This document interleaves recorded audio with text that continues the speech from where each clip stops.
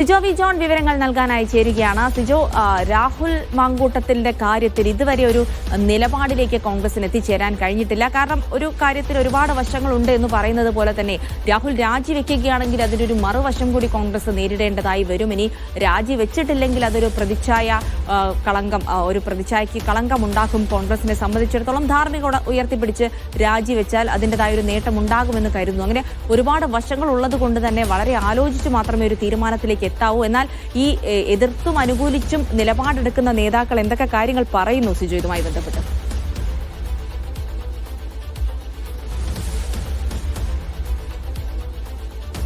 രാഹുൽ മാങ്കൂട്ടത്തിന്റെ രാജി അനിവാര്യമാണെന്ന നിലപാടിൽ തന്നെയാണ് വി.ഡി. സതീശനും അദ്ദേഹത്തെ പിന്തുണയ്ക്കുന്ന മറ്റു നേതാക്കളും നിലനിൽക്കുന്നത്. ആദ്യഘട്ടത്തിൽ ഒരു നടി ഒരു പ്രതികരണമായി വരുന്നു. അതിന് പിന്നാലെ 2 ദിവസങ്ങളിലായി ഫോൺ സംഭാഷണം പുറത്തു വരുന്നു. ഇത് വലിയ രീതിയിൽ പാർട്ടിയെയും മുന്നണിയെയും സമ്മർദ്ദത്തിലാക്കിയിട്ടുണ്ട്. ഈ സാഹചര്യത്തിൽ MLA സ്ഥാനത്ത് രാഹുൽ മാങ്കൂട്ടത്തിൽ തുടരുന്നത് ധാർമ്മികമായി ശരിയല്ല എന്നുള്ളൊരു കാര്യമാണ് ഇവർ ഉയർത്തി കാണിക്കുന്നത്. അത് മാത്രമല്ല, ഇപ്പോൾ രാജിവെക്കുകയാണ് എന്നുണ്ടെങ്കിൽ വളരെ സുരക്ഷിതമായി മുന്നണിക്ക് നിലനിൽക്കുകയും ചെയ്യാം.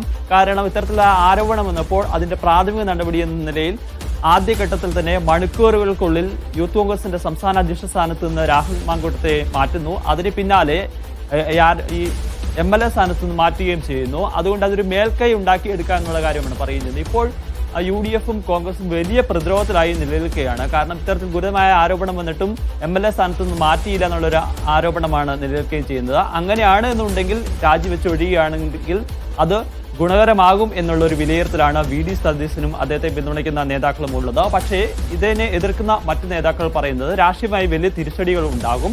അതിന് പ്രധാനപ്പെട്ട കാരണം എന്ന് പറയുന്നത് ഇനി ഒരു ഉപതെരഞ്ഞെടുപ്പ് നടന്നാൽ അവിടെ UDF ജയിച്ചു വരാനുള്ള സാധ്യത വളരെ കുറവാണ്. മാത്രമല്ല BJPക്ക് വലിയ മേൽക്കൈയുള്ള ഒരു സ്ഥലമാണ്. നിലവിൽ സാധാരണ സാഹചര്യത്തിൽ 1 വർഷത്തിൽ കാലയളവ് ഉണ്ടെന്നുണ്ടെങ്കിൽ അവിടെ ഒരു ഉപതെരഞ്ഞെടുപ്പ് നടത്താൻ സാധ്യത വളരെ കുറവാണ്. പക്ഷേ BJPക്ക് അവിടെ വലിയൊരു സാധ്യതയുണ്ട് എന്നുള്ളതിനാൽ BJP ഇലക്ഷൻ കമ്മീഷനെ സമീപിക്കുകയും അവരവിടെ ഉപതെരഞ്ഞെടുപ്പ് നടത്താനുള്ള സാധ്യത നിൽക്കുകയും ചെയ്യും. അങ്ങനെ അവിടെ തെരഞ്ഞെടുപ്പ് തോൽവിയേക്കുകയാണെന്നുണ്ടെങ്കിൽ അത് വരുന്ന തെരഞ്ഞെടുപ്പുകളിൽ നിയമസഭാ തെരഞ്ഞെടുപ്പിലൊക്കെ വലിയ ക്ഷീണം ചെയ്യുന്ന വിലയിരുത്തലാണ് ഉള്ളത്. എന്തായാലും വി.ഡി. സതീശൻ അദ്ദേഹത്തിന്റെ നിലപാടിൽ ഉറച്ചു നിൽക്കുകയാണ്. രാജി അനിവാര്യമാണ് എന്നുള്ളൊരു കാര്യം അദ്ദേഹം പറയുകയും ചെയ്യുന്നു. ഇക്കാര്യം ഹൈക്കമാൻഡിനെയും അറിയിച്ചതായാണ് നമുക്ക് ലഭ്യമാകുന്ന വിവരം. എന്തായാലും ഒരു അഭിപ്രായ ഐക്യത്തിലേക്ക് കോൺഗ്രസിന് ഉള്ളിലേക്ക് ഇതുവരെയും എത്താൻ സാധിച്ചിട്ടില്ല എന്നുള്ളതാണ് ഏറ്റവും പ്രധാനപ്പെട്ട കാര്യം. 2 വിഭാഗം നേതാക്കളുണ്ട്. രണ്ട് വിഭാഗത്തിലുള്ള നേതാക്കളും 2 അഭിപ്രായമാണ് നിലനിൽക്കുന്നത്. സതീശനെ സംബന്ധിച്ചിടത്തോളം രാജി അനിവാര്യമാണെന്ന് പറയുമ്പോൾ KPCC പ്രസിഡന്റ് പറയുന്നത് അല്പം കൂടി കാത്തിരിക്കൂ എന്ന നിലപാടാണ് ഉള്ളത്. എന്തായാലും രാഹുലുമായി ഈ നേതാക്കൾ നിരന്തരം സംസാരിക്കുന്നുണ്ട്. ഇന്നലെ വൈകിട്ട് പാലക്കാട് നിന്നുള്ള നേതാക്കൾ അദ്ദേഹത്തെ എത്തി നേരിൽ കണ്ട് കാര്യങ്ങൾ വ്യക്തമാക്കുകയും ചെയ്തിട്ടുണ്ട്.